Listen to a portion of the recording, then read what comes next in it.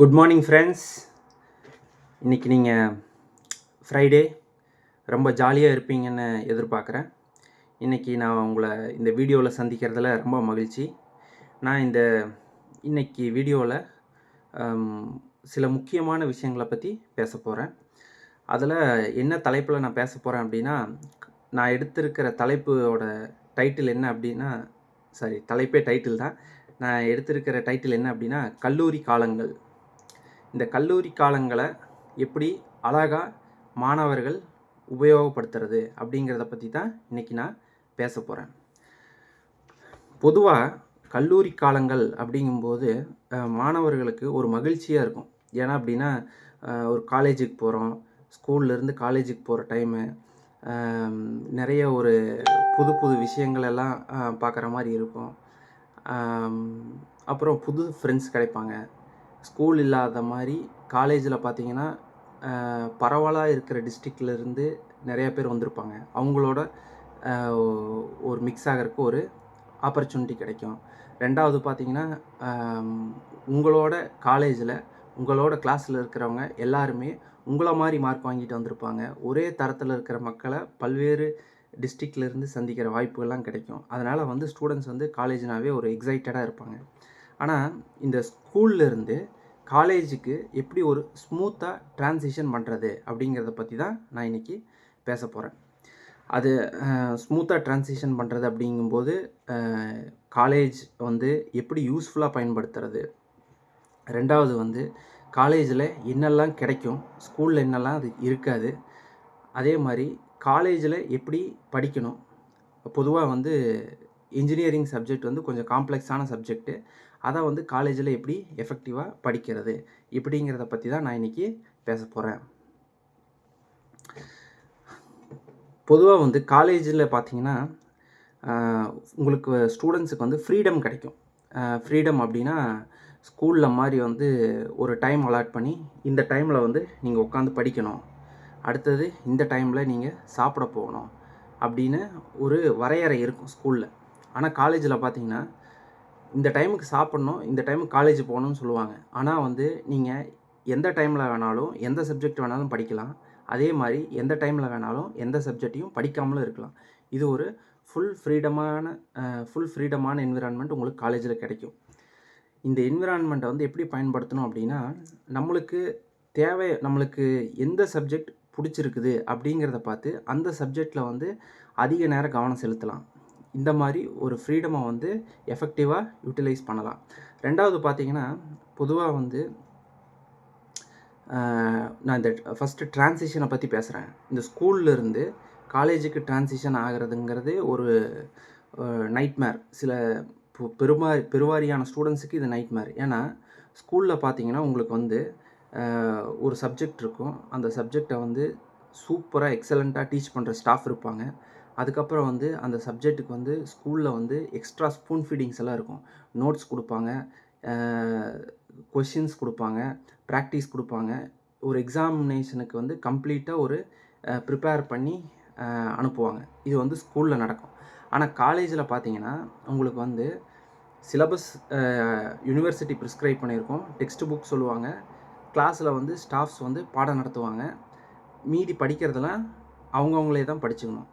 இப்படி பார்க்கும்போது காலேஜில் பார்க்கும்போது, பொதுவாக இன்ஜினியரிங் சப்ஜெக்ட் பார்க்கும்போது, ஸ்கூலில் பார்த்தீங்கன்னா புக்ஸ் எல்லாம் சின்ன சின்னதாக இருக்கும். அதனால் பார்த்தீங்கன்னா, ஸ்கூலில் பொதுவாக எப்படி படிப்பாங்கன்னா, பெருவாரியான மாணவர்கள் மனப்பாடம் பண்ணுவாங்க. லைன் பை ஹார்ட் பண்ணுறது. அடுத்தது டயக்ராமை 10 தடவை ப்ராக்டிஸ் பண்ணுறது. இந்த மாதிரி பை ஹார்ட் பேசிஸில் இருக்கும் ஸ்கூல் எஜுகேஷன்ஸ். ஆனால் காலேஜ் எப்படி இருக்கும் அப்படின்னா, காலேஜில் போய் ஒரு ஃபஸ்ட்டு செமஸ்டரில் ஒரு ஸ்டூடெண்ட் ஒரு சப்ஜெக்ட் எடுத்து பார்க்குறாரு அப்படின்னா, புக்கு ரொம்ப பெருசாக இருக்கும். சில டெக்ஸ்ட் புக்ஸ் 1000 பேஜஸ் இருக்கும், 900 பேஜஸ் இருக்கும். இன்ஜினியரிங் டெக்ஸ்ட் புக்ஸ் ஒரே ஒரு சப்ஜெக்ட்டுக்கு நான் சொல்கிறேன். பொதுவாக 6 சப்ஜெக்ட்ஸ் இருக்கும் ஒரு செமஸ்டரில். ஒரு சப்ஜெக்ட்டுக்கு மட்டும் 900 பேஜஸ் இருக்கிற டெக்ஸ்ட் புக் ப்ரிஸ்கிரைப் பண்ணியிருப்பாங்க. இப்போ இந்த ஸ்கூலில் சின்ன சின்ன டெக்ஸ்ட் புக்கை எஃபெக்டிவாக நடத்தி நல்லா ப்ராக்டிஸ் பண்ண ஸ்டூடெண்ட்ஸு எப்படி இந்த பெரிய டெக்ஸ்ட் புக்கை ஈஸியாக படிக்கிறது அப்படிங்கிறத நான் உங்களுக்கு சொல்ல போகிறேன். பொதுவாக ஒரு பெரிய டெக்ஸ்ட் புக் கொடுக்குறாங்க அப்படின்னா, ஸ்டூடெண்ட்ஸ் வந்து பொதுவாக ஃபஸ்ட்டு என்ன பண்ணணும் அப்படின்னா, ஃபஸ்ட் இயரில் நிறைய ரீடிங் ப்ராக்டிஸ் பண்ணணும். ரீடிங் ப்ராக்டிஸ்னால் ஒரு இங்கிலீஷ் புக்ஸ் எடுக்கணும், இல்லை நாவலாக இருக்கலாம். எடுத்து வந்து ஒரு டெய்லி வந்து 1/2 அன் ஹவர் இல்லை 1 ஹவர் இந்த மாதிரி அலாட் பண்ணி ரீடிங் ப்ராக்டிஸ் பண்ணணும். ஏன்னா அந்த ரீடிங் ப்ராக்டிஸ் பண்ணிங்கன்னா தான் நீங்கள் வந்து நிறைய இன்ஜினியரிங் டெக்ஸ்ட் புக்கை வாசிக்க முடியும். ஏன்னா 900 பேஜஸ் டெக்ஸ்ட் புக் இருக்குது அப்படின்னா இது எல்லாத்தையும் line by line by heart பண்ண முடியாது. ஆனால் இன்ஜினியரிங் எப்படி படிக்கிறது அப்படின்னா, ஒரு பேராகிராஃப் எடுத்து படிக்கிறீங்க அப்படின்னா அந்த பேராகிராஃபில் எது எசென்ஷியல் இன்ஃபர்மேஷன், எந்த இன்ஃபர்மேஷனை நாம் தெரிஞ்சுக்கணும் அப்படிங்கிறத, ஒரு பேராகிராஃப் இருக்குதுன்னா ஜஸ்ட்டு ஒரு ஃப்ரேஸ், குரூப் ஆஃப் வேர்ட்ஸ், அது கீ பாயிண்ட் மாதிரி வச்சு அதை ஞாபகம் வச்சுக்கணும். அதுக்கப்புறம் ஒரு ஈக்குவேஷன் இருக்குது அப்படின்னா அந்த ஈக்குவேஷனில் என்ன சொல்லியிருக்காங்க அப்படின்னு நீங்கள் கிராஃபிக்கலாக அண்டர்ஸ்டாண்ட் பண்ணணும். மேத்தமெட்டிக்ஸை வந்து இன்ஜினியரிங்கில் எப்போவுமே கிராஃபிக்கலாக அப்ரோச் பண்ணிங்க அப்படிங்கன்னா ஈஸியாக படிக்கலாம். அதே மாதிரி என்ன ஈக்குவேஷனாக இருந்தாலும் அது கிராஃபிக்கலாக ரெப்ரசன்ட் பண்ணி புரிஞ்சுக்கோங்க. பொதுவாக வந்து இன்ஜினியரிங்கில் வந்து எலக்ட்ரானிக்ஸ், எலக்ட்ரிக்கல் இதில் எல்லாம் பார்த்தீங்கன்னா என்ன பண்ணியிருப்பாங்க அப்படின்னா, area under the curve calculate பண்ணுவாங்க. ஏரியா அண்டர் த கர்வ் அப்படிங்கும்போது using Riemann integral or Lebesgue integral use பண்ணி அப்ராக்சிமேட் பண்ணி கம்ப்யூட் பண்ணுவாங்க. இது வந்து கிராஃபிக்கலாக படிக்கும்போது உங்களுக்கு வந்து ஈஸியாக புரியும். அதாவது வந்து ஏரியான்றத கர்வ்னா என்ன அப்படின்னா, ஒரு சைன் வேவ் இருக்குதுன்னு வச்சுக்கோங்க. அந்த சைன் வேவ் வந்து பல எவ்வளோ ரெக்டாங்கிள் யூஸ் பண்ணி அப்ராக்சிமேட் பண்ணுறோம் அப்படிங்கிறதுக்கு பேர் தான் வந்து ரெய்மான் இன்டெக்ரல். அதே வந்து ஹரிசாண்டல் ரெக்டாங்குலர் பாக்ஸ் வச்சு அப்ராக்சிமேட் பண்ணிங்கன்னா அது லெபிக் இன்டெக்ரல். இந்த மாதிரி வந்து அந்த மேக்ஸை வந்து ஈஸியாக தெளிவாக புரிஞ்சு படிக்கணும் அப்படிங்கிறத நான் உங்களுக்கு சொல்கிறேன். கிராஃபிக்கலாக படிங்க. இப்போ படிக்கிறது அப்படிங்கும்போது ஃபஸ்ட்டு ஒரு சப்ஜெக்டை எப்படி அணுகணும் அப்படின்னா, அந்த சப்ஜெக்டோட பிக் பிக்சர் அப்படிங்கிறத நீங்கள் புரிஞ்சுக்கணும். பிக் பிக்சர் அப்படிங்கிறது என்ன அப்படின்னா, ஒரு சிலபஸ் இருக்குதுன்னா அந்த சிலபஸ் எடுத்து பார்த்தீங்கன்னா அந்த சிலபஸில் வந்து சொல்லப்பட்டிருக்கிற பிக் பிக்சர் என்ன அப்படிங்கிறத நீங்கள் தெளிவாக தெரிஞ்சுக்கணும். ஃபார் எக்ஸாம்பிள் நான் வந்து கண்ட்ரோல் சிஸ்டம் இருக்குது எலக்ட்ரானிக்ஸ் அண்ட் கம்யூனிகேஷன் இன்ஜினியரிங்கில். இதில் பிக் பிக்சர் என்ன அப்படின்னு நான் ஒரு எக்ஸாம்பிள் சொல்கிறேன், கேட்டுக்கோங்க. என்ன அப்படின்னா, இப்போது ஒரு கண்ட்ரோல் சிஸ்டம் அப்படின்னா எப்போல்லாம் வந்து கண்ட்ரோல் போகுதோ அப்போ வந்து அந்த சிஸ்டம் வந்து கண்ட்ரோலை திரும்பி வந்து ஆட்டோமேட்டிக்காக அட்ஜஸ்ட் பண்ணி ஸ்டெபிலிட்டி கொண்டு வரணும். இதுதான் வந்து ஓவரால் எய்ம். இதுதான் வந்து ஓவரால் எய்ம். இந்த எய்மை வச்சு தான் வந்து யூனிட்ஸை வந்து கேட்டகரைஸ் பண்ணியிருப்பாங்க. இப்போ அதில் வந்து மேசன்ஸ் கெயின் ஃபார்முலான்னு இருக்கும். போல் கால்குலேட் பண்ணுவாங்க, ஜீரோ கால்குலேட் பண்ணுவாங்க. அதுக்கப்புறம் வந்து ஸ்டெபிலிட்டி எப்படி கால்குலேட் பண்ணுவாங்க. ஸ்டெபிலிட்டினா என்ன அப்படின்னா, எப்போவுமே ஸ்டேபிளாக சிஸ்டம் ஸ்டேபிளாக இருக்கணும் அப்படிங்கிறத எப்படின்னு கால்குலேட் பண்ணுவாங்க. இதை வந்து நிறைய சார்ட்ஸ் வச்சு டிஸ்கஸ் பண்ணுவாங்க. நைக்விஸ்ட் பிளாட் இந்த மாதிரி சார்ட்ஸ்லாம் வச்சு டிஸ்கஸ் பண்ணுவாங்க. நான் ஏன் இதெல்லாம் சொல்கிறேன் அப்படின்னா, ஒரு சப்ஜெக்ட் இருக்குது அப்படின்னா அந்த சப்ஜெக்டோட பிக் பிக்சர் என்ன, அப்புறம் ஒவ்வொரு மாடியூல்லையும் அந்த பிக் பிக்சரில் சொல்லப்பட்டிருக்கிற ஸ்மால் போர்ஷன் எங்கே அந்த பிக் பிக்சரில் எப்படி கனெக்ட் ஆகுது. இந்த மாடியூல் செகண்ட் மாடியூல் இருக்குது அப்படின்னா அந்த பிக் பிக்சரில் இந்த செகண்ட் மாடியூல் எந்த இடத்துல போய் எப்படி கனெக்ட் ஆகுது அப்படிங்கிறத நீங்கள் இப்படி சிஸ்டமேட்டிக்காக படிச்சிங்க அப்படின்னா இன்ஜினியரிங் சப்ஜெக்டை ரொம்ப இன்ட்ரெஸ்டிங்காகவும் படிக்கலாம், ரொம்ப ஈஸியாகவும் படிக்கலாம். அதே மாதிரி எவ்வளோ பெரிய வல்யூம்னஸ் டெக்ஸ்ட் புக்காக இருந்தாலும் நீங்கள் சொல்ல வந்த கருத்துக்களை மட்டும் சிம்பிளாக 1 லைனில் புரிஞ்சுக்கிற மாதிரி நீங்கள் படிக்கணும். இதுதான் ரொம்ப முக்கியம். அப்படி படிச்சிங்கன்னா தான் 900 பேஜஸில் சொல்லிக்கிற இன்ஃபர்மேஷன் ஒரு சப்ஜெக்டில் நீங்கள் வந்து அக்குமுலேட் பண்ண முடியும்.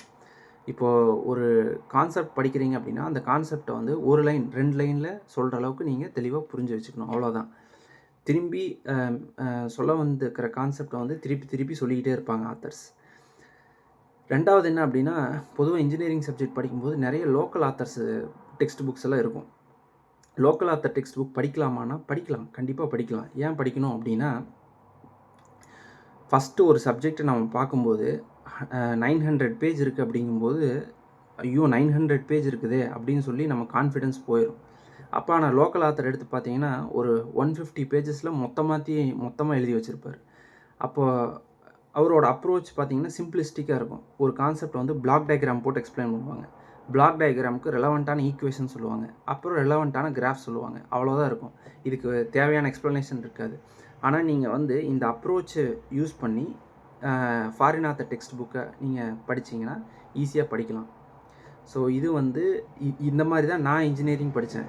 எப்போ படித்தாலும் லோக்கல் ஆத்தர் படிப்பேன், லோக்கல் ஆத்தரும் படிப்பேன், ஃபாரின் ஆத்தர் தேவைன்னா படிப்பேன். நான் லோக்கல் ஆத்தர் படிக்கும்போது ஒரு பிளாக் டயக்ராமு, அந்த பிளாக் டயக்ராமுக்கு ரெலவெண்ட்டான ஈக்குவேஷன், ரெலவெண்ட்டான கிராஃப், இப்படி தான் ஒரு கான்செப்டை நான் படிப்பேன். இந்த மாதிரி படித்து தான் நான் இன்ஜினியரிங் வந்து நல்லா இன்ட்ரெஸ்டிங்காக படித்தேன். கொஞ்சமான டைமில் நிறைய என்னால் படிக்க முடிஞ்சிச்சு. அதனால் இந்த ஸ்ட்ராட்டஜி நான் உங்களுக்கு ஹெல்ப்ஃபுல்லாக இருக்கும்னு நினைக்கிறேன். அதே மாதிரி நான் என்ன சொல்கிறேன் அப்படின்னா,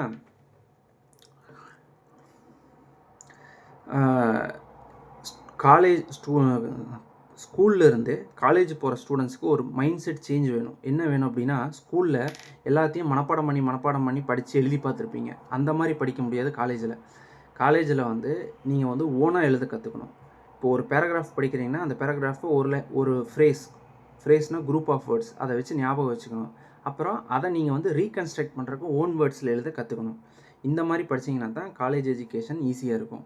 அதே மாதிரி எஃபெக்டிவாகவும் படிக்க முடியும். நான் உங்களுக்கு எப்படி இந்த ஸ்கூல்லேருந்து காலேஜுக்கு போகிற ஒரு ட்ரான்சிஷன் சொன்னேன். அது என்ன அப்படின்னா, நிறைய ரீடிங் ப்ராக்டிஸ் பண்ணுங்கள்.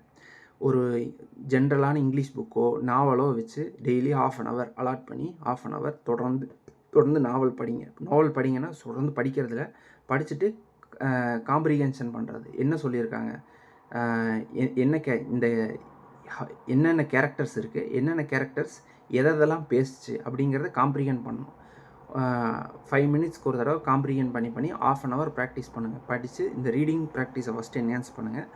ரெண்டாவது வந்து உங்களுக்கு காலேஜில் கிடச்ச ஃப்ரீடமை வந்து ரொம்ப எஃபெக்டிவாக யூஸ் பண்ணுங்கள். ஏன்னா யாரும் எப்பவும் வந்து நீ இந்த சப்ஜெக்டை படி, இந்த டைமில் படி, இது எழுதி பார்த்தியா அப்படின்னு யாரும் கேட்க மாட்டாங்க. உங்களுக்கு கம்ப்ளீட் ஃப்ரீடம் கொடுப்பாங்க. அந்த கம்ப்ளீட் ஃப்ரீடத்தை வந்து நீங்கள் உங்கள் நாலேஜை பல ஆங்கிளில் வைடன் பண்ணுறதுக்காக யூஸ் பண்ணிக்கணும். நீங்கள் ஒரு நியூஸ் பேப்பருக்கு ஒரு 1/2 hour செலவு பண்ணுங்கள். அப்புறம் உங்களுக்கு பிடிச்ச சப்ஜெக்டை படிங்க. அதே மாதிரி இப்போ நீங்கள் ஒரு இன்ஜினியரிங் கோர்ஸ் படிக்கிறீங்க அப்படின்னா, எல்லா சப்ஜெக்டையும் நீங்கள் ஈக்குவல் வெயிட்டேஜ் கொடுத்து ஒரே மாதிரி படிக்க முடியும். பட் ஆனால் நான் என்ன சொல்லுவேன் அப்படின்னா, நீங்கள் உதாரணத்துக்கு எலக்ட்ரானிக்ஸ் அண்ட் கம்யூனிகேஷன் இன்ஜினியரிங் எடுத்துருக்கீங்கன்னு வச்சுக்கலாம். இந்த இதில் வந்து இந்த செமஸ்டரில் ஒவ்வொரு செமஸ்டர்லேயும் ஏதாச்சும் ஒரு சப்ஜெக்ட் உங்களுக்கு பிடிச்சிருக்கும். அந்த சப்ஜெக்ட்டுக்கு டைம் அதிகமாக கொடுத்து மீதி சப்ஜெக்டை வந்து ஸ்கோர் பண்ணுற அளவுக்கு மட்டும் படிச்சுட்டு உங்களுக்கு என்ன சப்ஜெக்ட் பிடிச்சிருக்கோ அதுக்கு டைம் எக்ஸ்ட்ராவாக எடுத்து அதிகமாக புரிஞ்சுக்கிறதுக்காக எக்ஸ்டென்சிவாக படிக்கலாம். அந்த மாதிரி படிச்சிங்கன்னா நீங்கள் படிக்கிற சப்ஜெக்ட்டும் ஈஸியாக இருக்கும். லேட்டர் பாயிண்ட் ஆஃப் டைமில் வந்து நீங்கள் ஒரு ஏரியாவில் ரொம்ப ஸ்ட்ராங்காக இருப்பீங்க. நான் திரும்பி சொல்கிறேன், சிக்னல்ஸ் அண்ட் சிஸ்டம்னு ஒரு சப்ஜெக்ட் இருக்குது அப்படின்னா, இது உங்களுக்கு மேக்ஸ் கொஞ்சம் நல்லா வருது அப்படின்னா நீங்கள் சிக்னல்ஸ் அண்ட் சிஸ்டத்தை நல்லா எஃபெக்டிவாக படிக்கலாம். நான் கடைசியாக சொல்கிறேன், என்னென்ன இன்ஜினியரிங் எப்படியெல்லாம் படித்தா ஈஸியாக படிக்கலாம் அப்படின்னு. இப்போ வந்து இந்த டிரான்சிஷனை பற்றி பேசிகிட்டு இருக்கேன். நான் எப்படி படிக்கணும்னு சொல்லிட்டேன். எதையும் மனப்பாடம் பண்ணாதீங்க. ஈக்குவேஷன்ஸ் இருந்தால் ஈக்குவேஷன்ஸ் எழுதி பாருங்கள். அந்த ஈக்குவேஷன் எதுக்காக இருக்குது அப்படிங்கிறத யோசிச்சுக்கோங்க. அதுக்கு நீங்களே ஓனாக எக்ஸ்ப்ளனேஷன் கொடுங்க. ஒரு 10 ஈக்குவேஷன்ஸ் இருக்குன்னா 10 ஈக்குவேஷனை எழுதி பார்த்துட்டு அந்த ஈக்குவேஷனுக்கான எக்ஸ்ப்ளனேஷன் நீங்களே கொடுக்கலாம். அப்புறம் ஃபஸ்ட்டு கிராஃபை வச்சு படிங்க. எந்த ஈக்குவேஷன் பார்த்தாலும் அது கிராஃபிக்கலாக ரெப்ரசன்ட் பண்ணி படிங்க. ஈக்குவேஷன்ஸ்க்கு நீங்கள் ஓன் எக்ஸ்ப்ளனேஷன்ஸ் கொடுங்க. எதையும் உட்காந்து மனப்பாடம் பண்ணாதீங்க. என்ன கருத்துக்கள் சொல்லியிருக்காங்கிறத ஹிண்ட் மாதிரி எடுத்துகிட்டு அந்த ஹிண்ட்லேருந்து டெவலப் பண்ணுங்கள். இப்படி தான் இன்ஜினியரிங் படிக்கணும். இப்படி படிச்சிங்கன்னா தான் நீங்கள் எஃபெக்டிவாக படிக்க முடியும். இல்லாட்டி காலையிலேருந்து சாயந்தரம் வரைக்கும் ஒரு புக்கை திறந்து வச்சுட்டு மனப்பாடம் பண்ணிகிட்டு இருந்தீங்கன்னா செமஸ்டர் 6 மாதம் கூட பத்தாது நீங்கள் 6 சப்ஜெக்டை மனப்பாடம் பண்ணி முடிக்கிறதுக்கு. நான் சொன்ன மாதிரி இப்படி சுயமாக ஹிண்ட்ஸ் எடுத்து அந்த ஹிண்ட்ஸை டெவலப் பண்ணி ஈக்குவேஷன்ஸை ஒரு தடவை எழுதி பார்த்து கிராஃபிக்கலாக அதை புரிஞ்சுக்கிட்டு படிச்சிங்கன்னா இன்ஜினியரிங் ஈஸியாக இருக்கும், ரொம்ப எஃபெக்டிவாக இருக்கும். இப்படி தான் வந்து ஸ்கூல்லேருந்து காலேஜுக்கு ஈஸியாக ட்ரான்சிஷன் ஆகிறது. ஸ்கூலில் நீங்கள் படித்த மாதிரி எதையும் இங்கே மனப்பாடம் பண்ண தேவையில்லை. எதை மனப்பாடம் பண்ணணும் அப்படின்னா, என்னென்ன ஈக்குவேஷன்ஸ் இருக்குது, அதை எப்படி ரெப்ரசன்ட் பண்ணிக்கிறாங்க அப்படிங்கிறத நீங்கள் மனப்பாடமாக தெரிஞ்சுக்கிட்டிங்கன்னா போதும். அப்புறம் அந்த ஈக்குவேஷன் நீங்களே எழுதிக்கலாம். எழுதி அதுக்கு எக்ஸ்ப்ளனேஷன் கொடுக்கலாம். இப்படி தான் வந்து ஒரு இன்ஜினியரிங் சப்ஜெக்டை நீங்கள் அப்ரோச் பண்ணணும். ஸ்கூல் ஸ்டூடெண்ட்ஸ் வந்து காலேஜுக்கு இது வந்து ஒரு ஸ்மூத் ட்ரான்சிஷன் எப்படி பண்ணுறது அப்படிங்கிறத சொல்லிட்டேன். அதே மாதிரி நான் சொன்னேன், உங்களுக்கு ஃப்ரீடம் இருக்கும். அந்த ஃப்ரீடமில் வந்து டெய்லி 1/2 hour நியூஸ் பேப்பர் படிங்க. அப்புறம் இங்கிலீஷ் என்ரிச் பண்ணுறதுக்காக வொக்காபுலரிஸ் கலெக்ட் பண்ணுங்கள். டெய்லி ஒரு 5 வேர்ட்ஸை கலெக்ட் பண்ணுங்கள். 5 வேர்ட்ஸை கலெக்ட் பண்ணி அதை சென்டென்ஸாக ஃப்ரேம் பண்ணி எழுதி பாருங்கள். வொக்காபுலரிக்கு ஒரு நோட் மெயின்டைன் பண்ணுங்கள். நீங்கள் நோட் மெயின்டைன் பண்ண தேவையில்லை. இப்போல்லாம் கம்ப்யூட்டரில் வந்து கூகுள் கீப் இருக்குது. நீங்கள் அந்த கூகுள் கீப்பில் வந்து உங்கள் வொக்காபுலரிஸை டெய்லி 5 வொக்காபுலரி எடுத்து என்ன பார்ட்ஸ் ஆஃப் ஸ்பீச்சில் இருக்குது, அட்ஜெக்டிவா, அட்வர்பா, அதே மாதிரி ஒரு வேர்டை அட்ஜெக்டிவாக எடுத்திங்கன்னா அந்த வேர்டை எப்படி நவுனாக யூஸ் பண்ணுறது, அதே வேர்டை எப்படி அட்வர்பாக யூஸ் பண்ணுறது அப்படின்னு இந்த கன்வர்ஷன்லாம் போட்டு பார்த்து தெரிஞ்சு இப்படி ஜாலியாக காலேஜ் டைமை யூஸ்ஃபுல்லாக பயன்படுத்துங்க. இந்த மாதிரி பயன்படுத்திங்க அப்படின்னா உங்களுக்கு வந்து காலேஜ் டைம் ரொம்ப ஸ்வீட்டாக இருக்கும், மெமரபுளாக இருக்கும் உங்கள் லைஃப்பில். நான் இப்போ வரைக்கும் வந்து எப்படி ஸ்கூல்லேருந்து காலேஜுக்கு எப்படி ட்ரான்சிஷன் ஆகிறது அப்படிங்கிறத பற்றி சொல்லிட்டேன். 2வது வந்து இப்போ அடுத்தது என்ன சொல்ல போகிறேன் அப்படின்னா, என்னென்ன சப்ஜெக்டை எப்படி படிக்கிறது, என்னென்ன இன்ஜினியரிங் எப்படி படிக்கிறது அப்படிங்கிறத நான் உங்களுக்கு சொல்ல போகிறேன். இப்போது பொதுவாக வந்து நிறைய ஸ்டூடெண்ட்ஸ் கேட்பாங்க, என்ன கோர்ஸ் படிக்கிறது, எலக்ட்ரானிக்ஸ் அண்ட் கம்யூனிகேஷன் படித்தா வேல்யூவா, கம்ப்யூட்டர் சயின்ஸ் படித்தா வேல்யூவா, ஆர்டிஃபிஷியல் இன்டெலிஜென்ஸ் படித்தா வேல்யூவா அப்படின்னு கேட்பாங்க. இது வந்து ஒருத்தங்களோட சாய்ஸை பொறுத்தது. நான் என்ன சொல்லுவேன் அப்படின்னா, பொதுவாக ஸ்டூடெண்ட்ஸ் வந்து எலக்ட்ரானிக்ஸ் அண்ட் கம்யூனிகேஷனில் நான் வந்து விரிவுரையாளராக பணியாற்றும் போது ஸ்டூடெண்ட்ஸ் சொல்லுவாங்க, இந்த சப்ஜெக்ட் படிப்பா, இந்த மாதிரி நான் சொல்கிற மாதிரி படி அப்படின்னா, சில முட்டாள் மாணவர்கள் வந்து எங்கிட்ட ஆர்கியூ பண்ணுவாங்க. என்ன சொல்லுவாங்க அப்படின்னா, சார் நான் போகிறது சாஃப்ட்வேர் ஜாபுக்கு போகிறதுக்கு 2 புக்கு படித்தா போதும், டேட்டா ஸ்ட்ரக்சர்ஸ் அண்ட் அல்காரிதம்ஸ், 2வது ஒரு ப்ரோக்ராமிங் லாங்குவேஜ் ஜாவாவோ இல்லை பைத்தானோ இந்த மாதிரி ஏதோ ஒன்று படித்தா நான் வேலைக்கு போகிறேன், எனக்கு மாதம் சம்பளம் வரப்போகுது, நான் எதுக்கு சார் இதெல்லாம் படிச்சுட்ருக்கணும் அப்படின்னு சில பேர் முட்டாள்தனமாக ஆர்கியூ பண்ணுவாங்க. நீங்கள் சாஃப்ட்வேர் ஜாப்புக்கு தான் போகணும் அப்படின்னு இருந்துச்சுன்னா, இன்ஜினியரிங் சப்ஜெக்டில் உங்களுக்கு என்ன பண்ணியிருப்பாங்க அப்படின்னா, ஃபஸ்ட்டு செமஸ்டரில் உங்களுக்கு டேட்டா ஸ்ட்ரக்சர்ஸ் அண்ட் அல்காரிதம்ஸை 6 மாதம் கூடி நடத்தியிருப்பாங்க. அடுத்த செகண்ட் செமஸ்டரில் உங்களுக்கு 2 ப்ரோக்ராமிங் லாங்குவேஜ் சொல்லி கொடுத்து ஃபஸ்ட்டு ஒரு இயர் முடிஞ்சதையுமே உங்களுக்கு கையில் டிகிரியை கொடுத்து உங்களுக்கு சாஃப்ட்வேர் ஜாபுக்கு அனுப்பியிருப்பாங்க. எதுக்கு வந்து 4 வருஷம் உங்களை வச்சு ஒரு கோர் சப்ஜெக்ட் அலாட் பண்ணி அதை ட்ரெயின் பண்ணி அதுக்கப்புறம் அனுப்புகிறாங்க அப்படிங்கிறத நீங்கள் கொஞ்சம் அறிவுபூர்வமாக சிந்திக்கணும். இந்த மாதிரி நான் சாஃப்ட்வேர் தான் போக போகிறேன், நான் இதெல்லாம் எதுவுமே படிக்க மாட்டேன், எனக்கு தேவையில்லை அப்படின்னா நீங்கள் ஒரு முட்டாள்தனமான முடிவு எடுக்கிறீங்கன்னு அர்த்தம். இதைத்தான் நான் உங்களுக்கு சொல்கிறேன். இப்போ வந்து நான் என்னென்ன சப்ஜெக்டை எப்படியெல்லாம் படிக்கிறது அப்படிங்கிறத பற்றி சொல்ல போகிறேன். இப்போது நான் படித்தது எலக்ட்ரானிக்ஸ் அண்ட் கம்யூனிகேஷன் இன்ஜினியரிங். நான் படிக்கும்போது எல்லா சப்ஜெக்ட்ஸ் இருந்துச்சு. கம்ப்யூட்டர் சயின்ஸ் இருந்துச்சு, ஐடி இருந்துச்சு. நான் படிக்கும்போது ஆர்டிஃபிஷியல் இன்டெலிஜென்ஸ், மிஷின் லேர்னிங்கில் இல்லை, electronics and communication, triple E, mechanical, civil இப்படியெல்லாம் இருந்துச்சு. இப்படி இருக்கும்போது எலக்ட்ரானிக்ஸ் அண்ட் கம்யூனிகேஷனை நான் சூஸ் பண்ணி படித்தேன். ஏன் படித்தேன் அப்படின்னா, ரிமைனிங் இன்ஜினியரிங் கோர்சஸை கம்பேர் பண்ணும்போது எலக்ட்ரானிக்ஸ் அண்ட் கம்யூனிகேஷன் இன்ஜினியரிங்க்கு எக்ஸ்டென்சிவான இன்டெப்த்தான இமேஜினேஷன் தேவைப்படும். ஏன்னா ஒரு மெக்கானிக்கல் இன்ஜினியரிங்கில் ஒரு ரோட்டார் சுற்றுது அது அப்படின்னு சொன்னால் சரி, ஒரு எலக்ட்ரிக்கல் இன்ஜினியரிங்கில் ஒரு மோட்டாருக்குள்ளே ஒரு ரோட்டார் சுற்றுது அப்படின்னா அதை நீங்கள் ரியல் வேர்ல்டில் பார்த்து தெரிஞ்சுக்கலாம். அதே மாதிரி மெக்கானிக்கல் இன்ஜினியரிங்கில் இன்ஜின் ஒர்க்கிங் நடத்தும்போது பிஸ்டன் எப்படி ஒர்க் ஆகுது, சிலிண்டர் எப்படி வேலை செய்யுது அப்படிங்கிறத வந்து நீங்கள் ப்ராக்டிக்கலாக கண்ணில் பார்த்து தெரிஞ்சுக்கலாம். ஆனால் எலக்ட்ரானிக்ஸ் அண்ட் கம்யூனிகேஷன் இன்ஜினியரிங் வந்து கம்ப்ளீட்டாக நீங்கள் எதையுமே ரியல் வேர்ல்டில் பார்க்க முடியாது. ஏதோ காம்பனண்ட்டை பார்க்கலாம், டிரான்சிஸ்டர்னு சொல்லி சோடு காட்டுவாங்க, அடுத்தது ஐசி தான் காட்டுவாங்க. எதையுமே நீங்கள் பார்க்க முடியாது. From the beginning till the end கம்ப்ளீட்டாக இமேஜினேஷன்லேயே நீங்கள் அந்த சப்ஜெக்டை படிக்கணும். இமேஜினேஷன்லேயே உங்கள் அண்டர்ஸ்டாண்டிங்கை டெவலப் பண்ணணும். இந்த மாதிரி இமேஜினேஷன்லேயே சப்ஜெக்ட் இருக்கிறதுனால நான் அதை ப்ரிஃபர் பண்ணி படித்தேன். இதனால தான் வந்து இன்றைக்கும் வந்து electronics and communication engineering is one of the challenging engineering subjects among all the சப்ஜெக்ட்ஸ்ன்னு நான் சொல்லுவேன். காரணம் என்ன அப்படின்னா, from the பிகினிங்லேருந்து till the end வரைக்கும் கம்ப்ளீட்டாக வந்து இமேஜினேஷன்லேயே மூவ் ஆகிற சப்ஜெக்ட் தான் வந்து electronics and communication engineering subject. நிறைய பேர் சொல்லுவாங்க electronics and communication engineering subject படிச்சிங்கன்னா உங்களுக்கு வந்து நல்ல இமேஜினேஷன்ஸ் வரும், நிறைய ப்ராப்ளம் சால்விங் கெப்பாசிட்டியை இமேஜினேட்டிவாக எப்படி சால்வ் பண்ணுறது அப்படிங்கிற ஸ்கில்லு நிறைய டெவலப் ஆகும். நீங்கள் என்ன கோர்ஸ் வேணாலும் படிக்கலாம், அந்த கோர்ஸை வந்து எப்படி படிக்கிறீங்க அப்படிங்கிறது தான் இருக்குது. இப்போ வந்து கரண்ட்டில் வந்து artificial intelligence, data science, machine learning இதெல்லாம் பூமில் இருக்குது. இது பூமில் இருந்தாலும் இதெல்லாம் ஒரு சின்ன சின்ன டெக்னாலஜிஸ் அப்படிங்கும்போது என்னை கேட்டால் என்ன சொல்லுவேன்னா, ஒரு நேரோவான சப்ஜெக்ட்.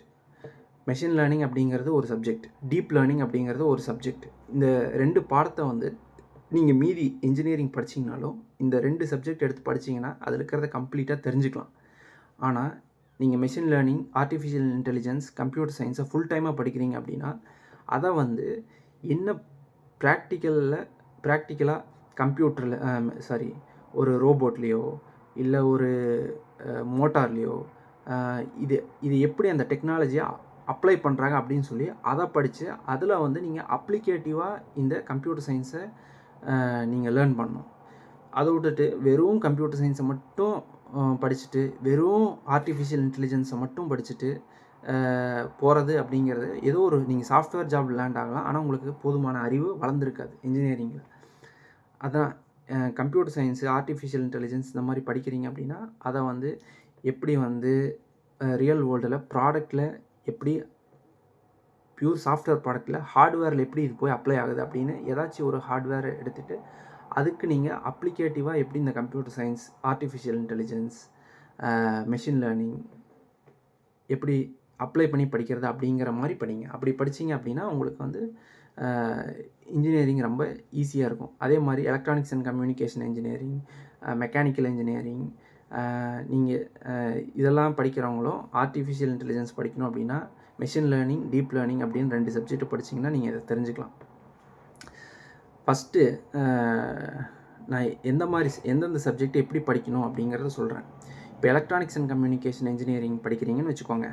இதில் வந்து சிக்னல்ஸ் அண்ட் சிஸ்டம் இருக்குது அப்படின்னா இந்த சிக்னல்ஸ் அண்ட் சிஸ்டத்தை படிக்கும்போது நம்ம ரியல் வேர்ல்டில் கனெக்ட் பண்ணி படிக்கணும். இப்போ இந்த சிக்னல்ஸ் அண்ட் சிஸ்டத்தை நம்ம ரியல் வேர்ல்டில் என்ன ஹார்ட் பீட்டை மெஷர் பண்ணலாம். ஹார்ட் பீட் எப்படி மெஷர் பண்ணுறாங்க? இசிஜி யூஸ் பண்ணி மெஷர் பண்ணுறாங்க. இந்த இசிஜியில் மெஷர் பண்ணும்போது சிக்னலை வந்து டைம் டொமைனில் பார்க்க முடியும். ரெண்டாவது சிக்னலை ஃப்ரீக்வன்சி டொமைனில் பார்க்கலாம். அப்புறம் சிக்னலை நிறைய டொமைன் ஷிஃப்ட் பண்ணி பார்க்கலாம். இப்படி டைம் டொமைனில் பார்க்கும்போது ஒரு ஃப்ரீக்வன்சி வந்து 50 ஹெர்ட்ஸில் இருந்துச்சு அப்படின்னா இப்படி ஒரு சைன் வேவ் ஃபார்ம் வரும். 51 ஹெர்ட்ஸில் இருந்துச்சு அப்படின்னா கொஞ்சம் ஷிஃப்ட் ஆகி அதே சைன் வேவ் ஃபார்ம் வரும். 2 ஓவர்லேப் ஆகிருக்கும், 2க்கு நமக்கு அதிக டிஃப்ரென்ஸ் தெரியாது. 50 ஹெர்ட்ஸ்லேயும் 51 ஹெர்ட்ஸ்லேயும் இருக்கிற சைன் வேவ். அதே ஃப்ரீக்வன்சி டொமைனுக்கு பார்த்தோம்னா 50 ஹெர்ட்ஸில் இருக்கிறது ஒரு சிங்கிள் வெர்டிக்கல் லைன் மாதிரி தெரியும். 51 ஹெர்ட்ஸில் இருக்கிறது பக்கத்தில் ஷிஃப்ட் ஆகி ஒரு வெர்டிக்கல் லைன் மாதிரி தெரியும். நம்ம ஃப்ரீக்வன்சி டொமைனில் வந்து சிக்னலை ஈஸியாக நம்ம படிக்க முடியும்.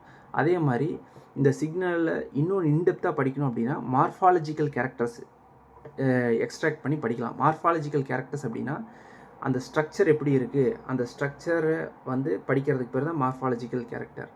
இப்போது ஃப்ரீக்வன்சி டொமைனுக்கு மாற்றினீங்க அப்படின்னா டைம் டொமைன்லேருந்து உங்களுக்கு வந்து இன்வெர்டட் பெல் ஷேப் கர்வ் கிடைக்கும். அந்த பெல் ஷேப் வந்து எப்படி இருக்குது, is it a smooth curve இல்லை டிஸ்டார்டட் கர்வாக இருக்குதா? டிஸ்டார்டட் கர்வாக இருந்தால் எந்தளவுக்கு எந்த இடத்துல டிஸ்டார்ஷன் இருக்குது அப்படிங்கிறத பற்றி படிக்கிறதா மார்ஃபாலஜிக்கல் ட்ரைட்ஸ். இந்த மாதிரி நீங்கள் ரியல் வேர்ல்டில் கனெக்ட் பண்ணி எலக்ட்ரானிக்ஸ் அண்ட் கம்யூனிகேஷன் படிச்சிங்கன்னா ரொம்ப ஈஸியாகவும் எஃபெக்டிவாக இருக்கும். அதே மாதிரி இப்போ நீங்கள் ஒரு சிவில் இன்ஜினியரிங் படிக்கிறீங்க அப்படின்னா நான் என்ன சொல்லுவேன் அப்படின்னா உங்களோட நோட்ஸ் இருக்குது அப்படின்னா நீங்கள் ஓன் நோட்ஸ் எடுத்துக்கோங்க. ஓன் நோட்ஸ் இன்ஜினியரிங்க்கு எழுதுங்க. நான் என்ன சொல்லுவேன் அப்படின்னா நீங்கள் எல்லா சப்ஜெக்ட்டுக்கும் நோட்ஸ் ப்ரிப்பேர் பண்ண முடியாது. ஆனால் உங்களுக்கு ஒரு செமஸ்டரில் என்ன சப்ஜெக்ட் பிடிச்சிருக்குதோ அந்த சப்ஜெக்ட்டுக்கு நீங்கள் ஓனாக பிகினிங்லேருந்து எண்டு வரைக்கும் நோட்ஸ் எடுத்து வச்சுக்கோங்க. அந்த நோட்ஸை ஸ்கேன் பண்ணி நீங்கள் அப்லோட் பண்ணி வச்சுக்கோங்க. இந்த மாதிரி படிங்க. இப்போ சிவில் இன்ஜினியரிங் படிக்கிறீங்க அப்படின்னா மேசனரியில் என்னென்ன டைப்ஸ் ஆஃப் மேசனரி இருக்குது அதை வந்து நீங்கள் கிளியராக ஒரு நோட்ஸ் எடுத்து வச்சுக்கோங்க. அதே மாதிரி காலம் இருக்குது அப்படின்னா ஃபஸ்ட்டு ப்ராக்டிக்கலாக லேண்டில் வந்து ட்ரென்ச் எடுத்துகிட்டு ஒரு காலரை லே பண்ணிவிட்டு காலருக்கு மேலே ஒரு காலமாக வைப்பாங்க. அந்த காலமில் என்னென்ன டைப்ஸ் இருக்குது, ஸ்கொயர் காலம் இருக்குது, சர்க்குலர் காலம் இருக்குது, அப்புறம் என்னென்ன ஃபெயிலியர்ஸ் வருது பில்டிங்கில், கிராக் வருது, செட்டில்மெண்ட் கிராக் வருதா, அடுத்தது வந்து ஒரு காலம் இருக்குது அப்படின்னா ப்ரெஷர் பல்பு ட்ரா பண்ணி ப்ரெஷர் பல்பு எப்படி ஃபார்ம் ஆகுது, எந்த மாதிரி டிஸ்டார்ஷன் வருது, அப்படிங்கிற மாதிரி ஃபெயிலியர் கேஸ் நிறைய அனலைஸ் பண்ணி நீங்கள் ப்ராக்டிக்கலாக சிவில் இன்ஜினியரிங்கை படிச்சிங்க அப்படின்னா அதுவும் ஒரு நல்ல இன்ட்ரெஸ்டிங்கான கோர்ஸ். அதே மாதிரி மெக்கானிக்கல் இன்ஜினியரிங் படிக்கிறீங்க அப்படின்னா நான் ஒருத்தர் மீட் பண்ணேன். அவர் 1975 இன்ஜினியரிங் மெக்கானிக்கல் படித்தவர். அவர் எப்படி படித்தார் அப்படிங்கிறத என்கிட்ட ஷேர் பண்ணார். அதை தான் நான் உங்கள்கிட்ட இப்போ ஷேர் பண்ணுறேன். ஃபஸ்ட்டு வந்து மெட்டலை கலெக்ட் பண்ணி மெட்டலை பூரா மெல்ட் பண்ணி மோல்டு அடித்து நீங்கள் மோட்டாரை தானாக அவங்கள செய்ய வச்சாங்களாம்மா. எந்தெந்த மாதிரி மோல்டு வேணும், எந்த மாதிரி ஷாஃப்ட்டை டிசைன் பண்ணணும், அடுத்தது எந்த மாதிரி பிஸ்டன் வேணும், இந்த மாதிரி ப்ராக்டிக்கலாக பண்ணி 4th இயரில் வந்து ஒவ்வொருத்தரும் ஒவ்வொரு இன்ஜினை வந்து ஃப்ரம் த ஸ்க்ராட்ச்லேருந்து எண்டு வரைக்கும் பில்ட் பண்ணி காட்டி டிகிரி வாங்கினாங்களாம். அந்த மாதிரி 1975 இன்ஜினியரிங் இருந்துச்சான். அதனால் நான் என்ன சொல்லுவேன் அப்படின்னா, நீங்கள் மெட்டலை மெல்ட் பண்ண முடியல அப்படின்னாலும் ஒரு இன்ஜின் இருக்குது அப்படின்னா அந்த இன்ஜினை கம்ப்ளீட்டாக அண்டர்ஸ்டாண்ட் பண்ணிவிட்டு அந்த இன்ஜினில் என்ன மாதிரி வேரியேஷன்ஸ் கொடுத்தா என்ன மாதிரி இம்பேக்ட் வருது அப்படிங்கிறத ப்ராக்டிக்கலாக படிக்க ட்ரை பண்ணுங்கள். இதை தான் நான் உங்களுக்கு சொல்லுவேன். இப்போ எலக்ட்ரிக்கல் இன்ஜினியரிங் படிக்கிறீங்க அப்படின்னா ஜென்ரேட்டர் இருக்குது, மோட்டார் இருக்குது அப்படின்னா ஒரு ஃபிட்டர் பார்த்தீங்கன்னா ஒரு காயிலை வந்து அவரே பண்ணுவார். அவரே காயிலை கம்ப்ளீட்டாக வைண்ட் அப் பண்ணுவார். அந்த மாதிரி உங்களால் ஒரு காயிலை வைண்ட் அப் பண்ண முடியுமா? ஒரு இன்ஜினியரிங் சப்ஜெக்ட் படிக்கிற ஸ்டூடெண்ட்ஸ்னால, ஒரு எலக்ட்ரிக்கல் ஸ்டூடெண்ட்ஸ் படிக்கிறீங்க அப்படின்னா உங்களால் ஒரு காயிலை வைண்ட் அப் பண்ண முடியுமா? இது தெரியலனாலும் எப்படி வைண்ட் அப் பண்ணுறது அப்படிங்கிற மாதிரி இந்த மாதிரி ஒரு எக்ஸ்ட்ராடினரி இன்ட்ரெஸ்ட் எடுத்து படிச்சிங்க அப்படின்னா இன்ஜினியரிங் ஈஸியாக இருக்கும். இதை தான் நான் சொல்லுவேன். இப்போ மிஷின் லேர்னிங் படிக்கிறீங்க அப்படின்னா கம்ப்யூட்டரை மட்டுமே வச்சுட்டு இருக்காமல் வேறு ஹார்ட்வேர் எடுத்து மிஷின் லேர்னிங்கை எப்படி அந்த ஹார்ட்வேரில் அப்ளை பண்ணுறது அப்படிங்கிற மாதிரி படிச்சிங்க அப்படின்னா இன்னும் ஈஸியாக இருக்கும். ஸோ இன்றைக்கி நான் சொல்ல வேண்டிய கருத்துக்கள்லாம் சொல்லிட்டேன். ஃபஸ்ட்டு வந்து கல்லூரி காலங்களில் எப்படி காலேஜுக்கு ஸ்மூத்தாக ட்ரான்சிஷன் ஆகிறது அப்படிங்கிறத பற்றி உங்களுக்கு சொன்னேன். ரெண்டாவது வந்து பிக் பிக்சரை பற்றி பேசினேன். எப்படி படிக்கணும், ஒரு சப்ஜெக்ட் எப்படி படிக்கணும்னு சொன்னேன். ரெண்டாவது ரீடிங் ப்ராக்டிஸ் பண்ண சொன்னேன். மூணாவது ஓன் வேர்ட்ஸில் நோட்ஸ் எடுத்து ஓன் வேர்ட்ஸில் ஹிண்ட் வச்சு அந்த ஹிண்ட்லேருந்து டெவலப் பண்ணுற மாதிரி எக்ஸாம் எழுதணும். அடுத்தது எல்லா சப்ஜெக்ட்டுக்கும் நீங்கள் ஓனாக நோட்ஸ் எடுக்க முடியலனாலும் ஒவ்வொரு செமஸ்டரில் எந்த சப்ஜெக்ட் பிடிச்சிதோ அந்த சப்ஜெக்ட்டுக்கு நோட்ஸ் எடுத்து வச்சு இன்ட்ரெஸ்டிங்காக படிங்க. அடுத்தது ஒவ்வொரு இன்ஜினியரிங்கும் நான் எப்படி படிக்கிறதுன்னு சொன்னேன். உதாரணத்துக்கு சிக்னல்ஸ் அண்ட் சிஸ்டத்தில் வந்து எலக்ட்ரானிக்ஸ் அண்ட் கம்யூனிகேஷனில் டைம் டொமைன் எதுக்கு இருக்குது, ஃப்ரீக்வன்சி டொமைன் எதுக்கு இருக்குது, RMS root mean square morphological character எதுக்கு ஃபைண்ட் அவுட் பண்ணுறாங்க, ஒரு இசிஜி சிக்னலை எப்படியெல்லாம் அனலைஸ் பண்ணலாம் அப்படிங்கிற மாதிரி படிங்க. மெக்கானிக்கல் ஸ்டூடெண்ட் இருந்தீங்கன்னா ஒரு இன்ஜினை வந்து பாட்டத்துலேருந்து எண்டு வரைக்கும் எப்படி கன்ஸ்ட்ரக்ட் பண்ணுறது அப்படிங்கிற மாதிரி படிங்க. எலக்ட்ரிக்கல் ஸ்டூடெண்ட்டாக இருந்தால் எப்படி காயில் இருக்குது, எப்படி வைண்ட் அப் பண்ணுறாங்க, எப்படி எலக்ட்ரிக்கல் வெஹிக்கிளில் பேட்ரி எல்லாம் கன்ஸ்ட்ரக்ட் பண்ணுறாங்க அப்படின்னு ப்ராக்டிக்கலாக படிங்க. உங்களுக்கு இன்ஜினியரிங் ஸ்வீட்ஃபுல்லாக ஈஸியாக இருக்கும். நீங்கள் இன்ஜினியரிங்கில் என்ன கோர்ஸ் வேணாலும் எடுக்கலாம், எடுக்கிற கோர்ஸை இன்ட்ரெஸ்டிங்காக படிங்க அப்படிங்கிறத நான் சொன்னேன். நான் வந்து எலக்ட்ரானிக்ஸ் அண்ட் கம்யூனிகேஷன் எடுத்து படிங்கன்னு சொல்லலை, நான் படித்தேன் அதனால் அதை சொன்னேன். அதுக்கு நிறைய எக்ஸாம்பிள்ஸ் கொடுத்தேன். நீங்கள் என்ன சப்ஜெக்ட் வேணாலும் எடுக்கலாம், எடுக்கிற சப்ஜெக்டை ரியல் வேர்ல்டில் கனெக்ட் பண்ணி படிச்சிங்க அப்படின்னா உங்களுக்கு ஒரு இன்ஜினியரிங் டிகிரி ஃப்ரூட்ஃபுல்லாக வாங்குறதுக்கு ஹெல்ப்ஃபுல்லாக இருக்கும். Thank you friends, see you.